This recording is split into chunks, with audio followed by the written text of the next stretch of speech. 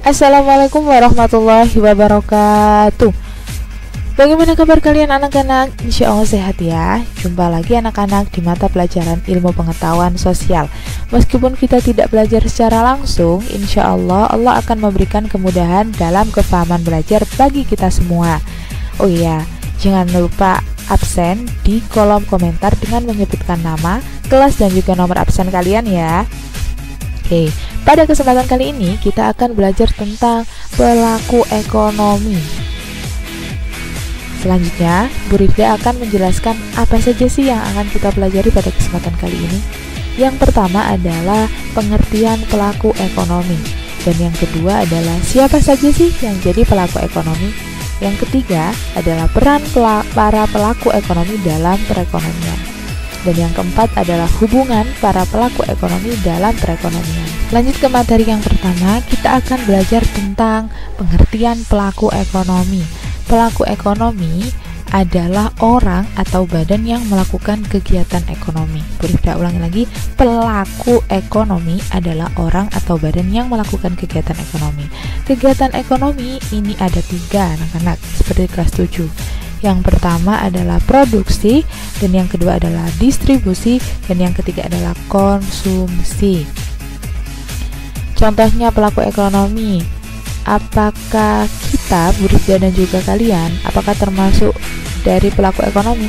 Termasuk, karena Bu Rifda dan kalian termasuk orang yang melakukan kegiatan ekonomi yakni konsumsi. Maka dari itu kita bisa disebut sebagai pelaku ekonomi. Setelah kita belajar tentang pengertian pelaku ekonomi, kita akan belajar siapa sih yang jadi pelaku ekonomi dalam sebuah perekonomian. So let's go. Pelaku ekonomi ini ada 4. Yang pertama adalah rumah tangga konsumen, dan yang kedua adalah rumah tangga produsen, yang ketiga rumah tangga pemerintah, dan yang terakhir adalah rumah tangga luar negeri.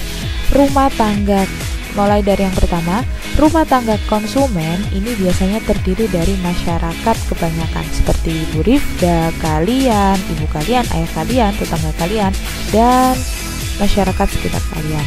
Dan yang kedua adalah rumah tangga produsen. Rumah tangga produsen ini seperti di gambar. Di gambar ini orang sedang ngapain?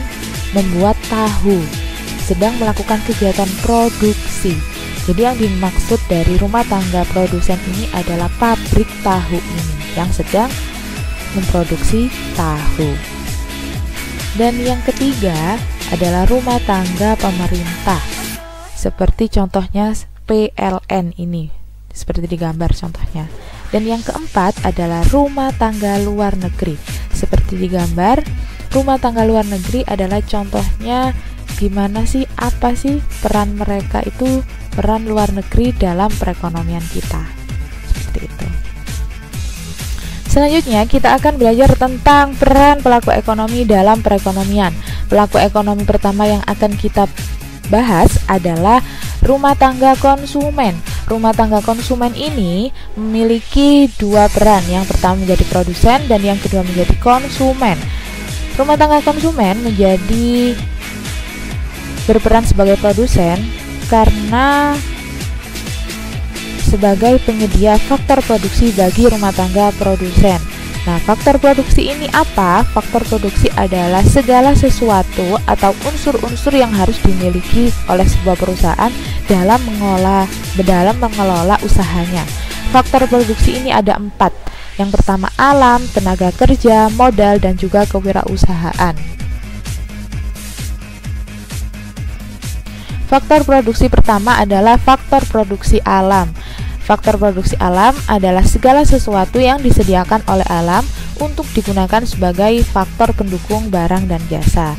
Contohnya seperti tanah, terus juga kalau dalam perusahaan mebel kayu, kalau dalam perusahaan teh, pembuat teh itu daun teh atau perkebunan teh. Oke, bisa dipahami? Pokoknya faktor produksi alam itu segala sesuatu yang digunakan dalam produksi yang berasal dari alam. Dan yang kedua adalah tenaga kerja.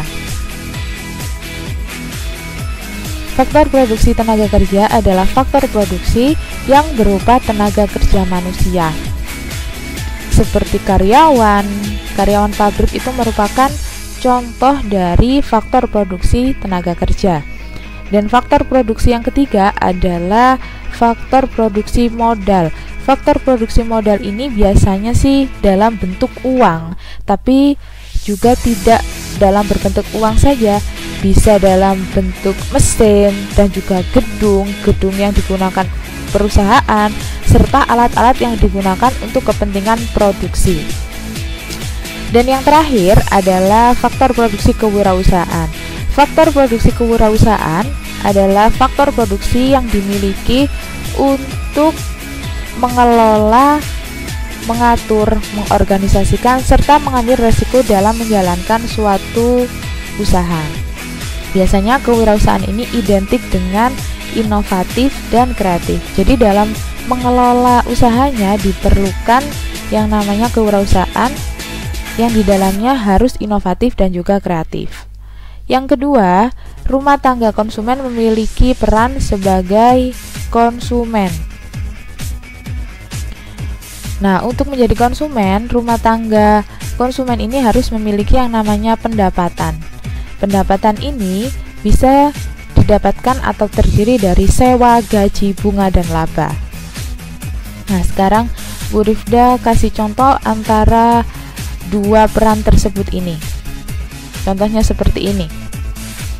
Jadi perusahaan teh kotak dalam melakukan usahanya itu diperlukan faktor produksi 4. Nah, contohnya seperti pabrik teh kotak memerlukan faktor produksi alam berupa perkebunan teh dan daun teh.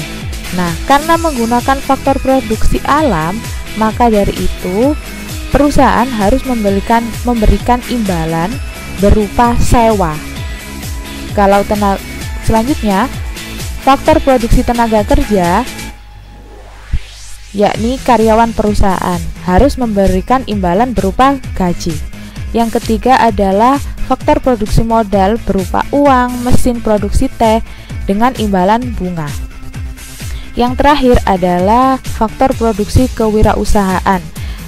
Dalam pengelolaannya, teh kotak selalu mengembangkan produknya dengan bermacam-macam varian rasa tehnya. Otomatis kalau dikembangkan harus memberikan imbalan berupa laba. Sudah contohkan paling simpel sekarang. Di antara kalian pastikan ada orang tua kalian yang bekerja di sebuah perusahaan. Nah, ayah dan ibu kalian ini merupakan faktor produksi tenaga kerja bagi perusahaan di tempat ayah ibu kalian bekerja. Karena ayah ibu kalian bekerja menjadi karyawan, maka dari itu perusahaan memberikan imbalan berupa gaji.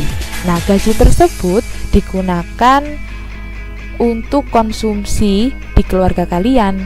Nah, sampai di sini paham kok bisa RTK itu memiliki fungsi sebagai produsen dan memiliki fungsi sebagai konsumen? Semoga paham ya.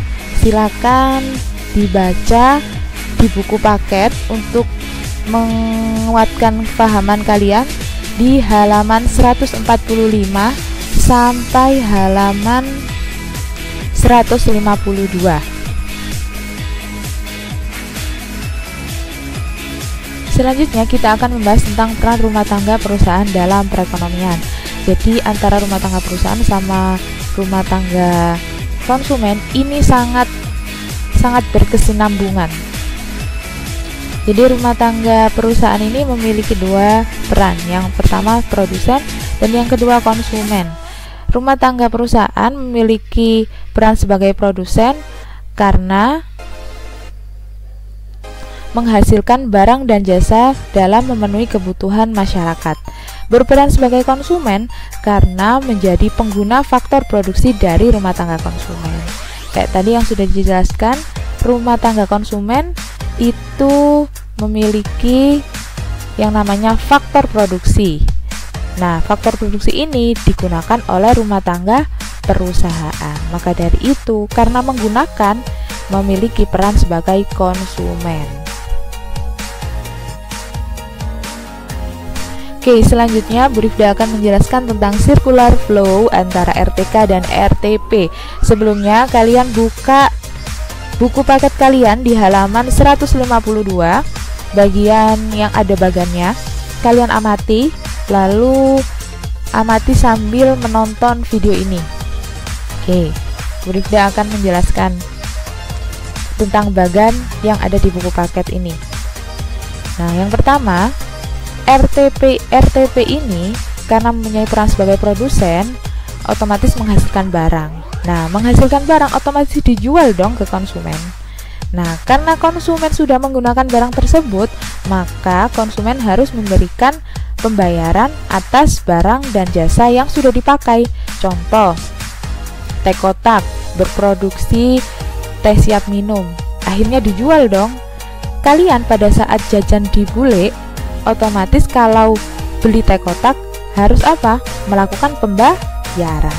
Nah, ini salah satu contoh dari bagan di atas ini adalah seperti itu. Rumah tangga produsen, yakni teh kotak, melakukan penjualan barang dan jasa ke kalian sebagai rumah tangga konsumen. Karena kalian sudah minum teh siap minum dari teh kotak itu, otomatis kalian harus membayar dari beli teh kotak tersebut. Nah, selanjutnya masih ada lanjutannya ini. Bu Rifda tadi kan sudah menjelaskan tentang rumah tangga produsen yang memiliki peran sebagai konsumen. Nah, ini rumah tangga produsen ini memiliki peran sebagai konsumen, sebagai pengguna faktor produksi dari rumah tangga konsumen. Jadi ibu kalian yang bekerja di perusahaan atau ayah kalian yang bekerja di perusahaan merupakan faktor produksi bagi rumah tangga produsen. Karena ayah ibu kalian sudah bekerja di perusahaannya, maka perusahaan harus memberikan pembayaran balas jasa atas faktor produksi dari konsumen, dari rumah tangga konsumen. Bisa difahami di sini?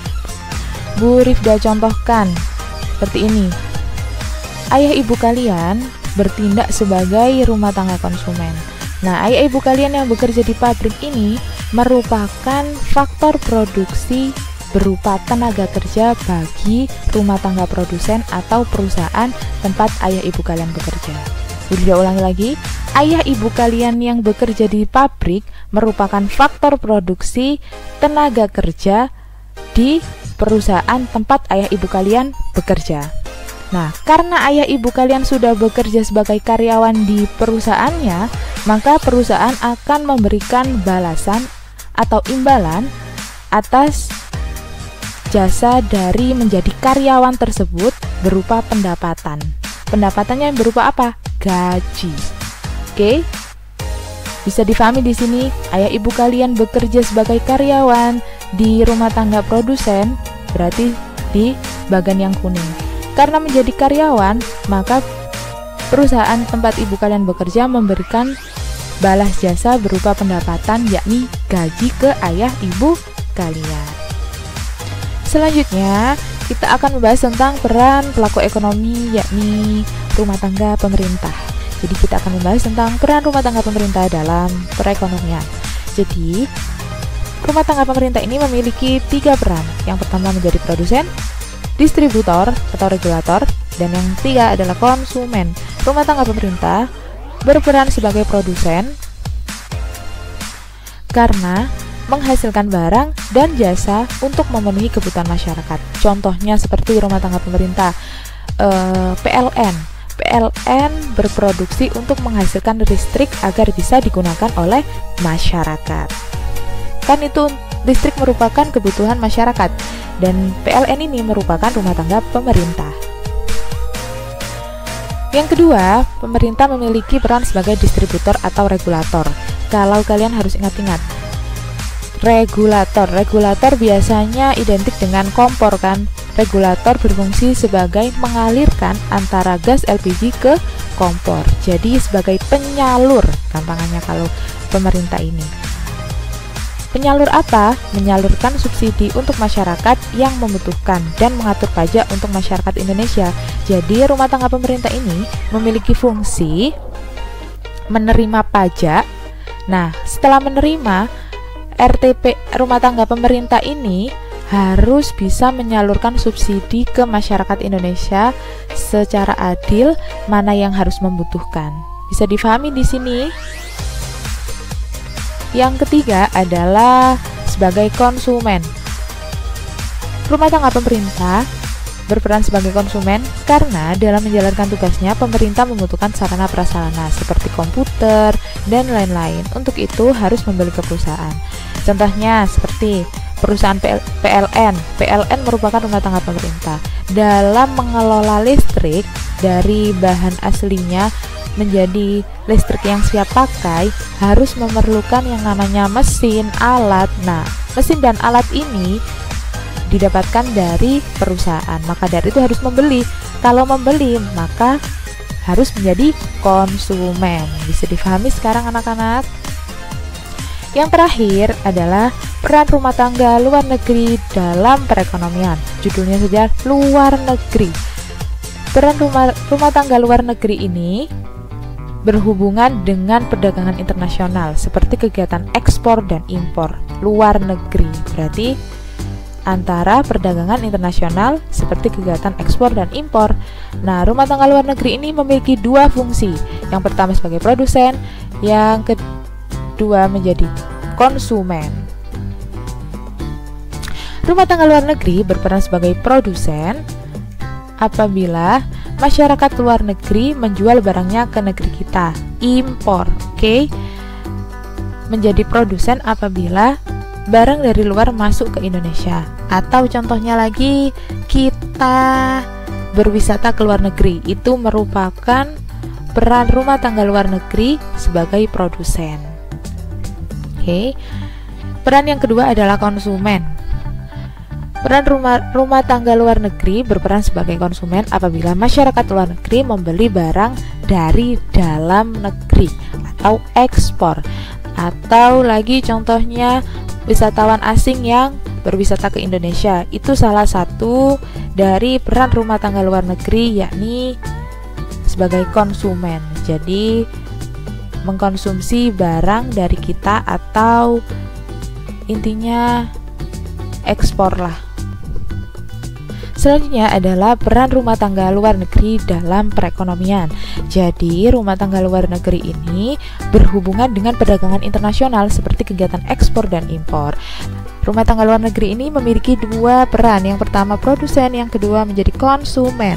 Rumah tangga luar negeri menjadi produsen apabila masyarakat luar negeri menjual barangnya ke negeri kita atau impor. Contohnya lagi, kita bertamasya ke luar negeri. Itu adalah salah satu contoh dari rumah tangga luar negeri yang berperan sebagai produsen. Peran yang kedua adalah sebagai konsumen. Rumah tangga luar negeri menjadi konsumen apabila masyarakat luar negeri membeli barang dari dalam negeri atau ekspor. Contohnya lagi, kalau wisatawan asing masuk ke Indonesia untuk bertamasya, itu salah satu peran rumah tangga luar negeri menjadi konsumen. Oke, alhamdulillahirrahmanirrahim, sudah selesai pembelajaran hari ini. Semoga kalian diberi kefahaman. Budi udah minta maaf jika banyak kesalahan dalam pembelajaran virtual kali ini. Semoga kalian diberikan kefahaman. Dan jangan lupa, tugas kalian setelah menonton video ini adalah mencatat di buku tulis kalian tentang materi pelaku ekonomi. Kalian boleh lihat dari video ini, kalian tambahkan dari buku. Lebih baik kalian baca dulu di buku, baru nonton video ini, lalu dicatat, lalu dikirimkan ke guru masing-masing. Nanti untuk pengumpulannya silakan menunggu info selanjutnya dari guru Mapel IPS yang mengajar kalian. Dan jangan lupa silakan absen di kolom komentar dengan menyertakan nama, nomor absen dan juga kelas. Jangan lupa. Jadi kalian di absennya dari kolom komentar. Jadi kelihatan kalau kalian nontonnya atau komentarnya tuh tanggal berapa, berarti kalian tidak tepat waktu. Jadi harus tepat waktu. Oke? Semangat belajar, sampai jumpa di pembelajaran virtual lain hari. Tetap semangat dan jangan sampai tidak semangat. Bu Rifda undur diri. Assalamualaikum warahmatullahi wabarakatuh.